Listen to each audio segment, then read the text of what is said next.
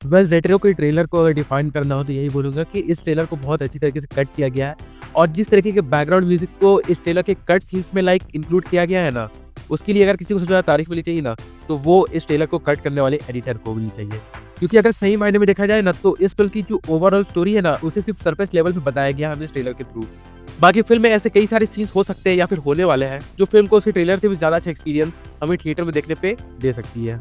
जहाँ पर अगर सबसे पहले बात करूँ तो मुझे एक छोटा-सा डर तो ज़रूर से है कि सूर्या की जो लास्ट फ़िल्म थी कंगुआ, मुझे उस फ़िल्म से काफ़ी ज़्यादा एक्सपेक्टेशन थी, पर वो फ़िल्म उस एक्सपेक्टेशन के अराउंड कहीं भी नहीं आई।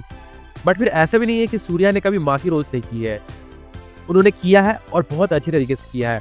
इसका सबसे रीसेंट और सबसे बढ़िया एग्ज़ाम्पल था Rolex from the film Vikram, जहाँ पर उनका सीन बहुत छोटा ही सा था, स्टिल उन्होंने अपना एक इम्पैक्ट डाल दिया था। और इस ट्रेलर को देख के लग रहा है कि हाँ, इस फ़िल्म में जिस तरीके के सीन्स रखे गए हैं, जो ख़ास करके सूर्या के हेरोइक नेचर को बयाँ करने वाले हैं, वो बोथ सिनेमैटिक और दूसरा फैन सर्विस, इन दोनों चीज़ों को ध्यान में रखकर बनाया गया है। और इसके बाद इस फ़िल्म की जितने भी सारे कास्ट है ना, उनकी परफॉर्मेंस ट्रेलर में देख के तो बहुत अच्छी लग रही है। और जो चीज़ एक फ़िल्म को चाहिए होती है, खुद को एक हिट फ़िल्म बनाने के लिए, उन सारे इंग्रीडिएंट्स को इस फ़िल्म में डाला गया है। जैसे एक लव स्टोरी जो कि जेन्युइन लग रही है, उसके बाद अच्छे खासे सपोर्टिंग एक्टर्स और हीरो को हीरो की तरह प्रेज़ेंट करने का ऑरा। सो इसीलिए अगर सच-सच कहूँ तो इस फ़िल्म से मेरी एक्सपेक्टेशन अच्छी खासी है। वेल अब देखते हैं जब ये फ़िल्म रिलीज़ होती है तो किस तरीके का इम्पैक्ट ये फ़िल्म डालती है और किस तरीके से ख़ास करके क्रिटिक्स इस फ़िल्म को रिसीव करते हैं। तो चलिए यही था मेरा एक छोटा-सा ओपिनियन इसके ट्रेलर को लेकर। इसके बाद हम बात करते हैं नानी की अपकमिंग फ़िल्म हिट चैप्टर 3 के ट्रेलर के बारे में, जो कि काफ़ी दिन पहले आया था। बट मैं उस बारे में ठीक से बात नहीं कर पाया था, इसलिए आज के इस वीडियो में मैं उसके बारे में भी बात करने वाला हूँ। So let's begin. तो देखो, इस फ़िल्म के ट्रेलर को डिफाइन करने के लिए मैं सिर्फ यही बात बोलना चाहूँगा कि अब की बार अर्जुन सरकार। पर ये क्यों? क्योंकि इस ट्रेलर ने मुझे काफ़ी ज़्यादा खुश किया है। देखो, जब आप किसी फ़िल्म का ट्रेलर देख रहे हो तो आपकी जो जेन्युइन एक्सपेक्टेशन रहती है वो किस तरीके की रहती है कि उसका ट्रेलर आपको ज़्यादा कुछ हिंट ना दे और ट्रेलर भले स्लो पेस के साथ शुरू हो, लेकिन वो धीरे-धीरे जिस तरीके से उसकी ड्यूरेशन बढ़ती जा रही है, तो ठीक उसी तरीके से उस ट्रेलर का पेस भी धीरे-धीरे बढ़ता जाए। और भले हमें कहानी के बारे में ज़्यादा कुछ नहीं बताया जाए, लेकिन उसके बावजूद भी ट्रेलर में ऐसे कई सारे सीन्स रखे जाए ना, जो बिना किसी कॉन्टेक्स्ट के हमारी जो एक्सपेक्टेशन है ना, उस पार्टिकुलर फ़िल्म से लेके उससे बढ़ा दें। और ठीक इसी तरीके से इस फ़िल्म के ट्रेलर को काटा गया है। ख़ास करके जिस तरीके से ब्लड स्टेट दिखाया गया ना, इस ट्रेलर के मिडल में और इस ट्रेलर के एंड में, वो अनबिलीवेबल था।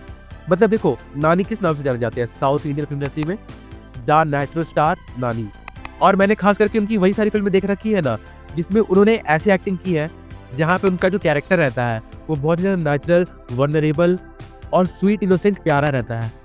और जिस तरीके के कैरेक्टर को नानी इस फिल्म में निभा रहे हैं ना, मैंने उस तरीके की उनकी एक भी फिल्म आज तक नहीं देखी है, या फिर ऐसी कोई फिल्म हो के भी ना तो मुझे नहीं पता है। और इसलिए भी इस फिल्म में जिस तरीके से नानी ने एक्टिंग की है ना, उससे उन्होंने कम से कम मुझे तो बहुत इम्प्रेस कर दिया है।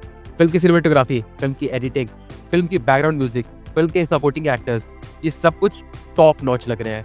और हाँ, जिस तरीके से ये फ्रेंचाइज धीरे-धीरे आगे बढ़ रही है ना, वो चीज़ देखे तो लग रहा है कि हाँ, मेकर्स अपने बजट को भी बढ़ाए जा रहे हैं और ऑब्वियस सी बात है, अपनी प्रोडक्शन क्वालिटी को भी एनहांस कर रहे हैं, जो कि बहुत ही ज़्यादा अच्छी बात है। एंड इसलिए भी मैं इस फिल्म के लिए बहुत ज़्यादा बहुत ही ज़्यादा एक्साइटेड हूँ। तो चलिए अब देखते हैं जब ये फिल्म रिलीज होगी तो ये भी किस तरीके की हाइप अपने अराउंड जनरेट करती है। वेल ये तो मेरा अपना एक छोटा सा ओपिनियन था इसके ट्रेलर को लेकर। अगर आपने इसका ट्रेलर देखा है तो आपका क्या ओपिनियन है, आप ही कमेंट करके जरूर से बताइएगा। चलिए इसके बाद हम आते हैं फाइनल ट्रेलर रिव्यू की तरफ, जो कि है सैफ अली खान, जयदीप अलावत की द ज्वेल थीफ का ट्रेलर, जहां इस फिल्म को लेकर आ रहे हैं पठान और फाइटर के डायरेक्टर सिद्धार्थ आनंद। देखो, जब ये फिल्म सिर्फ और सिर्फ अनाउंस हुई थी ना, तो इसके नाम ज्वेल थीफ को सुनकर मुझे ये लग रहा था कि कहीं ये फिल्म देव आनंद सर की क्लासिक मूवी ज्वेल थीफ का कोई रीमेक या फिर उसका कोई इंस्पिरेशन तो नहीं ना होने वाली है। और इस चीज़ के लिए मैं थोड़ा डरा हुआ भी था, क्योंकि अगर ऐसा सच में होता ना तो ज़्यादातर चांस यही थे कि इससे ओरिजिनल ज्वेल थीफ की जो लेगेसी है ना, वो खराब हो जाती। पर वेल चलो, इसके ट्रेलर को देखने के बाद मेरा ये डाउट क्लियर हो गया कि ऐसा कुछ भी नहीं है। इस फिल्म की कहानी कुछ और ही है। हाँ, इस फिल्म में भी एक हीरे को चुराने की कहानी है, जहाँ पर केवल और केवल ट्रेलर की बात करूँ तो इस फिल्म का जो बेसिक प्लॉट होने वाला है ना, एक हीरे को चुराने वाला, उसके बेसिक इन्फॉर्मेशन तो हमें इसके ट्रेलर से ही दे दिया गया है। बाकी मुझे जहाँ तक लगता है कि इसके अलावा इस फिल्म के एंड में कोई एक ट्विस्ट आने वाला होगा, जिसके चलते ये फिल्म भी टिपिकल हाइस्ट फिल्म की तरह बन जाएगी। जहाँ पर अगर इसकी प्रोडक्शन क्वालिटी की बात करूँ तो हाँ, ये फिल्म प्रोडक्शन वाइज तो काफ़ी अच्छी लग रही है और ऐसा लग रहा है कि हाँ, इस फिल्म पे अच्छा खासा पैसा डाला गया है। और सबसे बड़ी बात, इस फिल्म में जयदीप अलावत को ऐसे रोल में पहली बार देखकर बहुत खुशी हो रही है, जहाँ पर उन्हें अपने कैरेक्टर में बहुत ज़्यादा डेप्थ डालने की ज़रूरत नहीं है। He just have to follow the script और काम हो जाएगा। और कई बार अच्छा लगता है कि कोई एक सीरियस एक्टर अपने बहुत सारे इंटेंस रोल के बाद अगर कोई एक ईज़ी गोइंग कैरेक्टर उठाता है, जो कि व्यूअर्स के लिए भी अच्छा होता है, क्योंकि ऐसे फिल्मों के चलते ऑडियंस के माइंड में जो एक पार्टिकुलर इमेज बन जाती है ना किसी एक एक्टर की, कि हाँ ये तो बस इंटेंस रोल ही करता है, वो ऐसे रोल्स और ऐसी फिल्म के चलते चेंज हो जाती है। And that's a good sign. बिल अगर इसके बाद इस फिल्म के ट्रेलर के कट्स की बात करूँ तो हाँ, इस फिल्म को बहुत ही ज़्यादा फास्ट पेस और बहुत ही अच्छी तरीके से काटा गया है, जहाँ पर कुछ सीन्स बिट्स एंड पीसेस में दिखाए गए हैं और साथ ही साथ एक डायनामिक लव स्टोरी भी चल रही होती है।